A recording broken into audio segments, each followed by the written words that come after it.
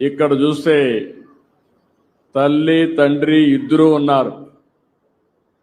ఇంకో పక్కన పిల్లలందరూ ఉన్నారు, స్టూడెంట్స్ అందరూ ఉన్నారు. ఇంకో పక్కన టీచర్స్ అందరూ ఉన్నారు.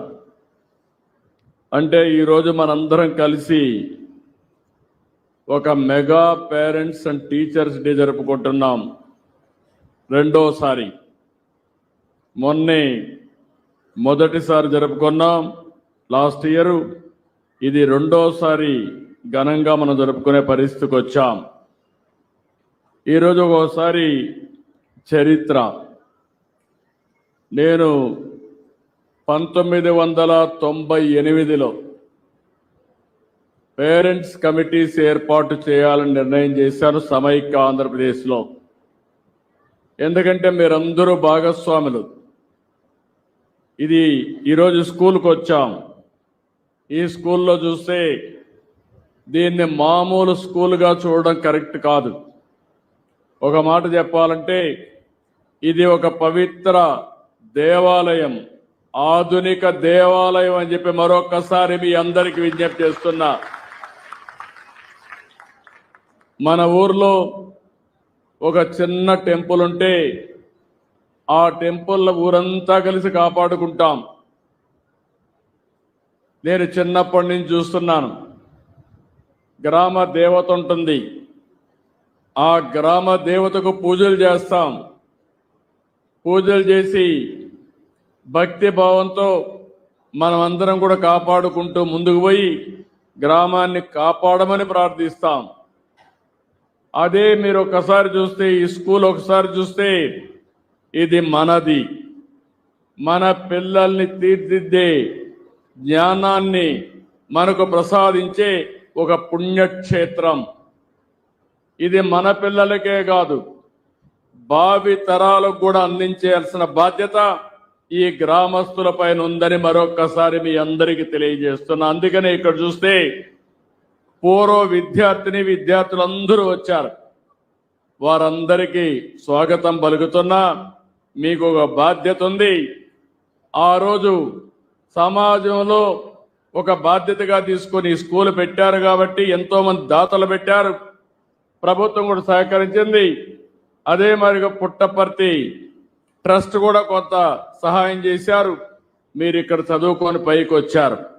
పైకి వచ్చిన వారందరూ తిరిగి మళ్ళా ఈ స్కూల్కి మీ వంతు బాధ్యత నిర్వహించవలసిందిగా మరొకసారి మీ అందరికీ పిలిపిస్తున్నా. ఇదందరి బాధ్యత, సమిష్టి బాధ్యత. 95లో ప్రారంభించినటువంటి ఏదైతే స్కూల్ విద్యా కమిటీలు ఈరోజు నెక్స్ట్ లెవెల్కు తీసుకుపోయినటువంటి విద్యా మంత్రిని మనస్ఫూర్తిగా అభినందిస్తున్నా. ఎందుకంటున్నానంటే ఈరోజు మీరు చూస్తే 61,135 విద్యా సంస్థల్లో 2,28,00,000 మంది పాల్గొంటున్నారు. గురువులు మనందరం కూడా, నాకు ఇప్పటికి కూడా జ్ఞాపకం ఉంటుంది, చిన్నప్పుడు అందరినీ మర్చిపోతాం కానీ నా టీచర్ని ఎప్పుడూ మర్చిపోలేం. మనం గుర్తుపెట్టుకునేది ఆ టీచర్ని ఎప్పుడూ గుర్తుపెట్టుకుంటాం. తల్లి తండ్రి తర్వాత మనం ఆరాధించేది, పూజ చేసేది టీచర్ని పూజ చేస్తాం, అలాంటి ఆరాధిస్తాం, తర్వాత దేవుడు అంటాం. అందుకని నేను ఇప్పుడు చెప్తున్నా, 5వది కూడా గుర్తుపెట్టుకోవాలి. మీరు చదువుకున్న స్కూల్ను కూడా గుర్తుపెట్టుకొని ఈ ఆధునిక దేవాలయాల్ని భావితరాలకు అందించే బాధ్యత మన అందరిది అని చెప్పి మరొకసారి మీ అందరికీ విజ్ఞప్తి చేస్తున్నా. ఈరోజు గురు పూర్ణిమ. గురువుని తలుచుకోవడం కోసం మనం అందరం కూడా ఈ కార్యక్రమాన్ని పెద్ద ఎత్తున జరుపుకుంటున్నాం. రాష్ట్రం అంతా ఒక పండుగలాగా ఈ కార్యక్రమాన్ని ఏర్పాటు చేసుకుంటున్నాం. ఈరోజు ఇక్కడికి వచ్చిన మిమ్మల్ని అందరినీ, తల్లి తండ్రికి కూడా బాధ్యత ఉంది. చాలామంది తల్లిదండ్రులు ఆలోచించేది మన పిల్లలకు 1 ఎకరా భూమి కొనిద్దామని ఆలోచిస్తాం, లేకపోతే ఏదో కష్టపడదాం అని మీరు ఆలోచించుకుని నిరంతరం పిల్లల్ని నిర్లక్ష్యం చేసే పరిస్థితికి వస్తున్నారు. దాంట్కి నేను కూడా ఉన్నా. ఒక మాటలో చెప్పాలంటే ఇప్పుడే మంత్రి గారు ఒక మాట అన్నారు. నేను 1978లో ఎమ్మెల్యే అయ్యాను. అక్కడి నుంచి మంత్రి అయ్యాను, ముఖ్యమంత్రి అయ్యాను, రాజకీయాల్లో బిజీగా ఉన్నాను. కానీ ఏ రోజు కూడా నేను పేరెంట్స్ కమిటీ మీటింగ్కి లోకేష్ స్కూల్కి వెళ్ళా, కాలేజీకి వెళ్ళా, ఎప్పుడూ వెళ్ళలేదు. కానీ మా మిస్సెస్ అయితే నిరంతరం పర్యవేక్షించి బాగా చదివించాలని ఆలోచించడమే కాకుండా అన్ని మీటింగులకు వెళ్ళి కడకు స్టాన్ఫోర్డ్ వరకు చదివించడానికి కృషి చేసిన వ్యక్తి మా మిస్సెస్. అది తల్లి ప్రాధాన్యత. ఇక్కడ కూడా నేను చూస్తున్నా మిమ్మల్ని అందరినీ. ఈరోజు మీరు చూస్తే పిల్లలు ఎంతమంది ఉన్నారు? చేలు పైకెత్తండి. పిల్లలు ఓకే, దించండి, చేలు దించండి. తల్లులు మీరు చేలు పైకెత్తండి. ఆడవాళ్ళందరూ తల్లులు మాత్రం, తండ్రులు కాదు, తల్లులు మాత్రం ఓకే, దించండి.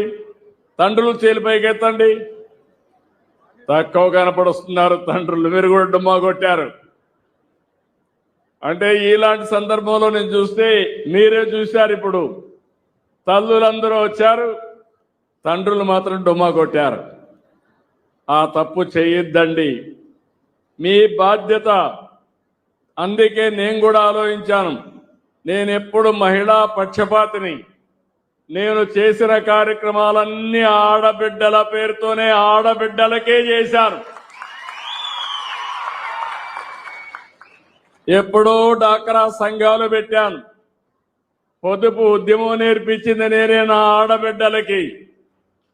ఈరోజు ఎన్నో వ్యవస్థలు విధ్వంసమైనాయి, కానీ ఆ రోజు పెట్టిన డాక్రా సంఘాలు, మెప్మా సంఘాలని ఎవరు కదిలించలేకపోయారంటే అది శక్తివంతమైన ఒక ఆర్గనైజేషన్.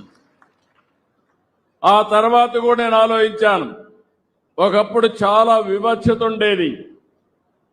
ఆడబిడ్డల్ని మగవాళ్ళు ఇంట్లో తల్లి కూడా చదివించేది కాదు.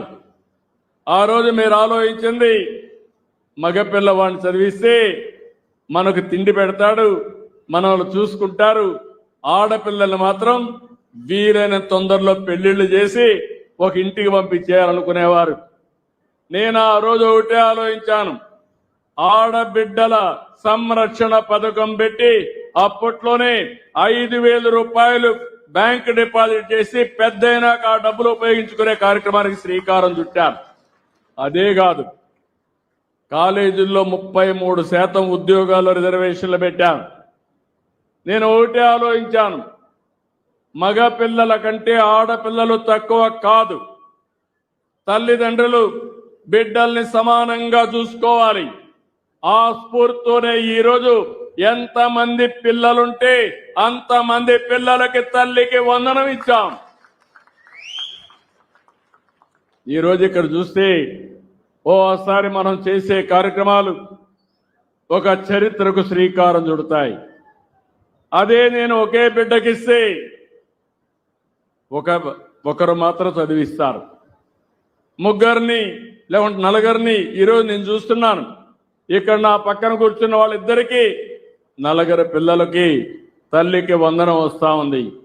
కొంతమంది 6-7 మందికి వచ్చింది. అదొక శుభ పరిణామం. నేను చాలా ఆనందంగా ఫీల్ అవుతున్నా.